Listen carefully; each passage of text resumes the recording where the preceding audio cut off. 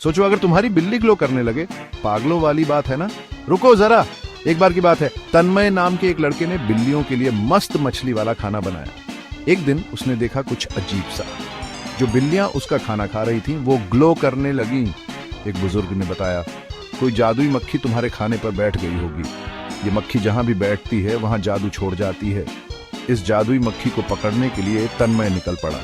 ऊपर भी ढूंढा, नीचे भी ढूंढा, पर वो मक्खी गायब हो गई। उस दिन के बाद खाने में वो जादू फिर कभी नहीं आया।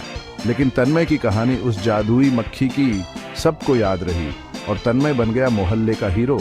तो अगर कभी ग्लो करती हुई बिल्ली दिखे तो समझ लेना कोई जादुई मक्खी वहां आई थी।